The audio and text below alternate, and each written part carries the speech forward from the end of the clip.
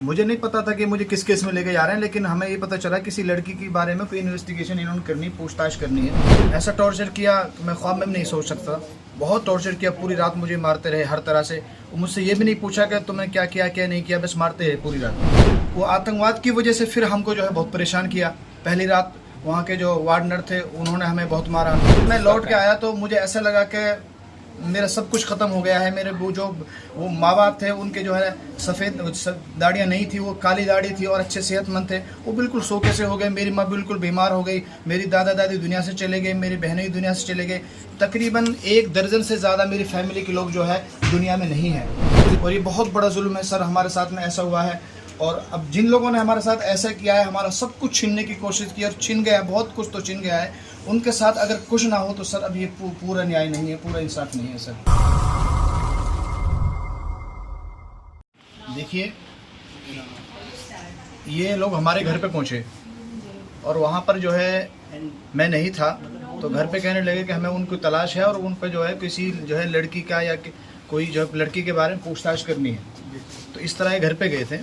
तो उस वक्त मैं घर पे नहीं था, तो अगले दिन मुझे पता चला तो जो है मैं तो पुलिस के डर की वजह से इधर उधर था।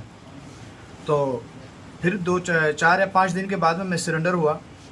तो मुझे नहीं पता था कि मुझे किस केस में लेके जा रहे हैं, लेकिन हमें ये पता चला किसी लड़की के बारे में कोई इन्वेस्टिगेशन इन्होंने करनी, पूछताछ करनी है। तो ये मुझे लेके चले गए, तो दिल्ली लेके आए। तो वहाँ पर ऐसा टॉर्चर किया कि मैं ख्वाब में भी नहीं सोच सकता। बहुत टॉर्चर किया, पूरी रात मुझे मारते रहे हर तरह से। मुझसे ये भी नहीं पूछा कि तुमने क्या किया क्या नहीं किया, बस मारते रहे पूरी रात। सर इसी तरह होता रहा। फिर अगले दिन जो है मुझे ये कोर्ट में लेके गए। मुझसे कहा कि अगर तुमने जज साहब के सामने कुछ बोला तो हमारे पास ही तुम रहोगे 1 महीने, हम इसी तरह पिटते रहेंगे। तो सर फिर अगले दिन फिर लेके आए मुझे। इन्होंने रात में तो हर रात तो मुझे मारते ही थे, दिन में थोड़ा सा मुझे जो है रिलीफ मिलता था। रात में कभी मुझे जो है अलग अलग से इन्वेस्टिगेशन के लिए आते थे, उनके हवाले कर दिया करते थे। बस उनसे ये कहते थे कि भाई जो है ना, इनको ज़ख्म मत होने देना, जो चाहे करते रहो। तो वो जो लम्हात हैं, वो जो दिन हैं, जो डेज़ हैं, वो मैं अल्फाजों में बयान नहीं कर सकता। तो यहाँ तक कि मेरी शक्ल सूरत भी जो है इन्होंने ख़राब कर दी थी, ये दाढ़ी वगैरह भी सभी पड़ गई थी। और ऐसा टॉर्चर किया था कि मेरे ये जो है ना, ये पैर जो मेरे बड़े भारी भारी हो गए थे। 3-4 महीने में जाके जो है ये इनकी सोजन उतरी थी और मैं चल पाया था सही से। तो इन्होंने जो है जब मुझे पीसी पे रखा, अपनी कस्टडी में रखा, तो इन्होंने मुझसे कोई बयान नहीं लिया, बस कहते कि आप जो है साइन करते रहें। और मुझे वहीं पे एक वकील भी अवेलेबल करा दिया। एमएस खान कहने लगे ये तुम्हारे वकील हैं, वो जो है जमीयत की तरफ से रहते हैं और ये अच्छे वकील हैं, ये तुम्हें जो है बहुत जल्दी छुड़वा देंगे। तो मैं उससे कहने लगे मुझे पकड़ क्यों रहे हो, मैंने क्या किया है? नुकरे आपने कुछ नहीं किया है, हमारे ऊपर प्रेशर है और आप 2-4 महीने में चले जाओगे। तो इस तरह की मैं बार बार ये पूछता कि मैंने क्या किया है। उन्होंने कुछ नहीं, कोई थोड़ा प्रेशर है, ऊपर से आप 2-4 महीने में चले जाओगे। एक अफसर ने तो कहा कि तुम ये समझो कि 4 महीने की जमात में चले जा रहे हो। इस तरह की बातें करके तो खामोश कर दिया करते थे। तो एमएस खान साहब जो है, हमें लगा कि हमारे हमदर्द हैं, तो हम तो कभी वास्ता पड़ा नहीं था पुलिस से या जुडिशली से। तो जैसे वो कहते थे हम ऐसे करते रहते थे। तो एक टाइम आया था तो मैं जो है पुलिस वाले कहने लगे हम आपकी वॉइस चाहिए। तो मैंने एमएस खान से पूछा कि वो वॉइस के लिए बोल रहे हैं, मैं दे देता हूँ। कहा कि नहीं देनी है। मैं सर मैंने कुछ किया नहीं है, मैं दे देता हूँ। लोगों ने देनी नहीं है। तो इस तरह मैंने वॉइस नहीं दे पाया अपनी सर। तो मैं देने को भी था वहाँ पे, जो ये जेल में आए थे। तो इन्होंने मुझसे जो वॉइस न लेकर मुझे वहाँ पर एक रूम में ले गए, सेपरेट रूम में, और एक सिपाही साथ में था। तो वहाँ भी इन्होंने मुझे बहुत टॉर्चर किया। मुझे जाते ही पहले सबसे पहले जो है ना हट करना शुरू कर दिया, बहुत मारा। और मुझसे ये नहीं कहा कि तुम जो है वॉइस दे दो। मैंने कहा कि आप जिस चीज़ काम के लिए आए वो कर लो। लोग नहीं वो हो गया।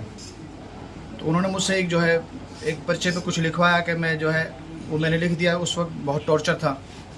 तो ऐसा टॉर्चर करते हैं कि उस वक्त आदमी ये सोचता है कि शायद मुझे मौत आ जाए तो ये ज़्यादा अच्छा है। ऐसा टॉर्चर करते हैं। तो सर ये इसी तरह प्रोसीजर चलता रहा। मुझे अभी भी इतना इल्म नहीं था कि मैं कौन से केस में हूँ। जब मैं जेल में आ गया था तब मुझे लोगों ने पूछा कौन से केस में हो, मुझे पता नहीं। फिर मैं FIR नंबर ली, वहाँ पे एक लीगल एड होती है, लीगल एड में से मैं जो है लेके आया, लिखे। तो मैंने लोगों को दिखाया, तो उन्होंने जब मुझे बताया तो ये तो तुम तो आतंकवादी हो। तो जब जेल के अंदर में फिर वहाँ के जो वहाँ के इनमेट्स थे, फिर उन्होंने जो है वो आतंकवाद की वजह से फिर हमको जो है बहुत परेशान किया। पहली रात वहाँ के जो वार्डनर थे उन्होंने हमें बहुत मारा, वहाँ के जो मुंशी वगैरह होते थे सर उनके साथ में बहुत झगड़ा हुआ। तो 1-2 दिन वहाँ पर बहुत हर तरीके से मेंटलिटी भी और फिज़िकली भी हर तरह से वहाँ पर टॉर्चर हुआ सर। कुछ दिन के बाद में थोड़ा रिलीफ मिला सर, तब हमें पता चला कि हम ऐसे मुश्किल केस में हैं।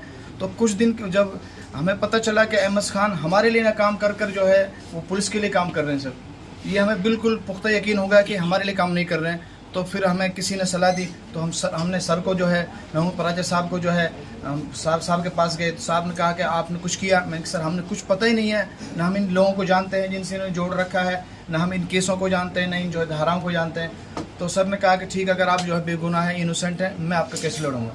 तो सर हमारे पास इतनी अमाउंट भी नहीं है चूँकि हम जो है सर की जो है फीस दे सकें। तो सर ने बगैर लॉस के 1 पैसे लिए बगैर इतने सालों में केस लड़ा है। और मैं कह सकता हूँ अगर सर ये केस ना लड़ते तो हम बिगर किए हुए और इनोसेंट होते हुए भी जो है मुलजिम ठहरा दिए जाते और हम सलाखों में, अभी मैं सलाखों में होता। अभी भी मैं छोटा हूँ, अभी मेरी आंखें नहीं खुल रही हैं क्योंकि बहुत कुछ बड़ा हो गया। मेरे गांव में कच्चे घर थे, वो बहुत बड़े बड़े घर बन गए। मेरे साथ के जो साथी थे, मेरे साथ रहते थे, वो बड़े बड़े कोई डॉक्टर्स बन गया, कोई कहाँ क्या बन गया।